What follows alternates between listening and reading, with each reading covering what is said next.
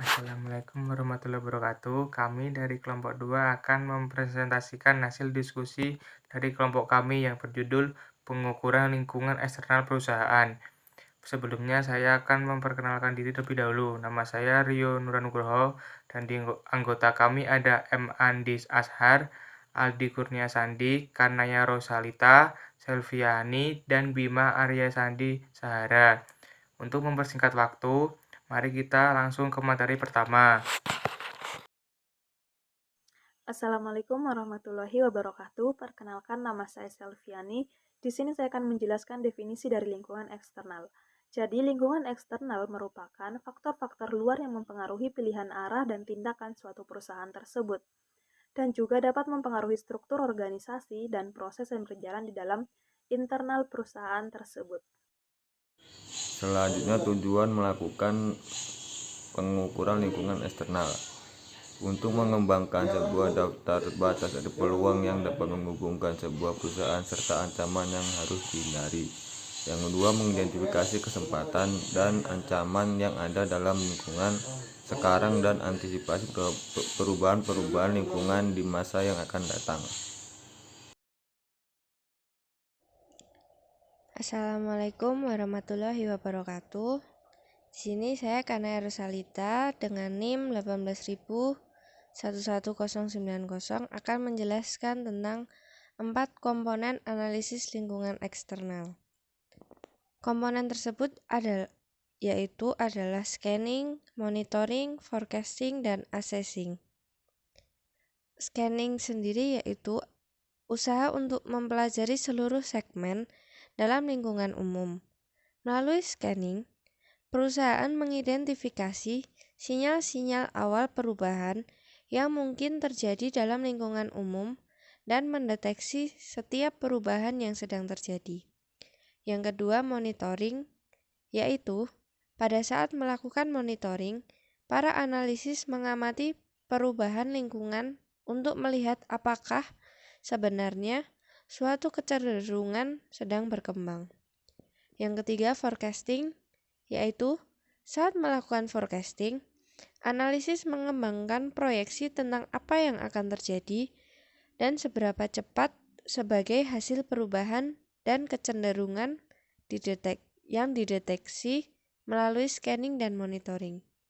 Lalu yang terakhir ada assessing, yaitu untuk menentukan saat dan pengaruh perubahan lingkungan serta kecenderungan dalam manajemen strategi suatu perusahaan.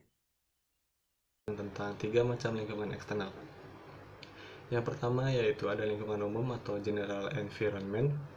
Dalam lingkungan umum ini dibagi beberapa lagi, yaitu pertama faktor ekonomi. Naik turunnya perekonomian disebabkan oleh siklus bisnis, inflasi, kebijakan moneter, dan neraca pembayaran.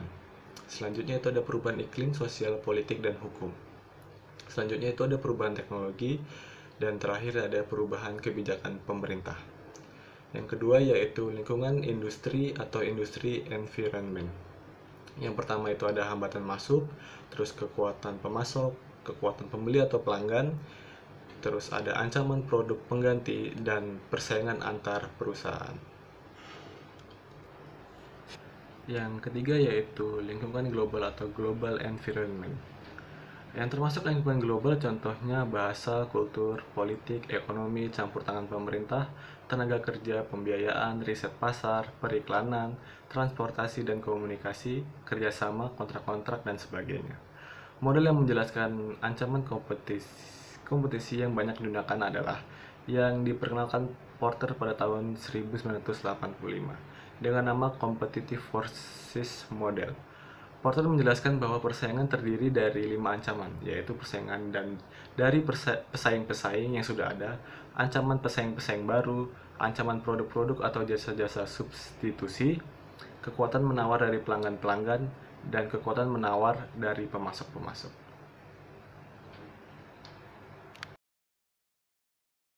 Assalamualaikum warahmatullahi wabarakatuh. Saya Aldi Kurnia Sandi, NIM 1811324. Selanjutnya saya akan membahas contoh-contoh dari faktor eksternal. Yang pertama ada segmen demografis. Contohnya itu besar populasi, struktur usia, distribusi geografis, komposisi etnis, dan distribusi pendapatan. Yang kedua, contoh faktor eksternal dari segmen ekonomi, yaitu tingkat inflasi, tingkat bunga, defisit atau surplus neraca perdagangan, defisit atau surplus anggaran, tingkat simpanan pribadi, tingkat simpanan perusahaan, dan produk domestik bruto. Yang ketiga itu contoh faktor eksternal dari segmen politik atau hukum. Yang pertama, hukum antitrust, hukum perpajakan, hukum pelatihan tenaga kerja, kebijakan, dan filosofi pendidikan. Yang keempat, contoh faktor eksternal dari segmen sosial dan budaya. Yang pertama, wanita dalam angkatan kerja, variasi dalam angkatan kerja, perilaku atas kualitas kerja, dan pertimbangan mengenai lingkungan. Contoh yang kelima, contoh faktor eksternal dari global. Yang pertama, perkembangan ilmu pengetahuan dan teknologi, perkembangan sarana komunikasi, perkembangan sarana transportasi, muncul kesepakatan diselenggarakannya pasar bebas, meningkatnya fungsi dan peran lembaga internasional, terjadinya modernisasi di berbagai bidang, dan perkembangan HAM yang berlaku lingkungan. Yang pertama, ketergantungan pada pemerintah, perkembangan ilmu pengetahuan yang lambat, sikap dan perilaku masyarakat yang konservatif, kurangnya hubungan sosial baik dengan masyarakat lain, adanya prasangka buruk terhadap hal-hal baru, adat atau kebiasaan, serta sikap apatis dan tertutup. Contoh yang terakhir, contoh faktor eksternal dari segmen teknologi, yaitu inovasi produk, inovasi proses, aplikasi pengetahuan, dan teknologi komunikasi baru. Ya, mungkin itu yang bisa kami sampaikan. Kurang lebihnya kami mohon maaf. Kami undur diri. Wassalamualaikum warahmatullahi wabarakatuh.